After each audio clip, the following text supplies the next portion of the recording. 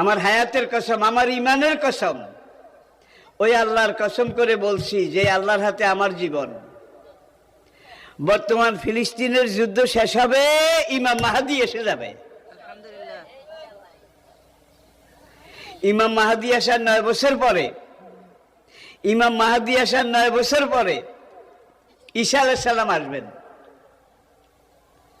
আর ইমাম মাহাদি আসার পরে 9 বছর, এটার মধ্যে দাজ্জাল তার আবির্ভাব ঘটবে।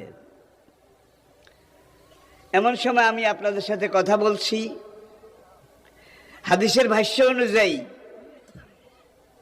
মনে করেন দাজ্জাল আপনার বাড়ির দরজায় এসে দাঁড়িয়েছে। এমন সময় আমি আপনাদের সামনে কথাগুলো বলছি, যেই সময় মনে করেন ইমাম মাহাদি আপনার ঘরের সামনে এসে দুয়ারের কড়া নাড়তেছে। কি কত কাছে!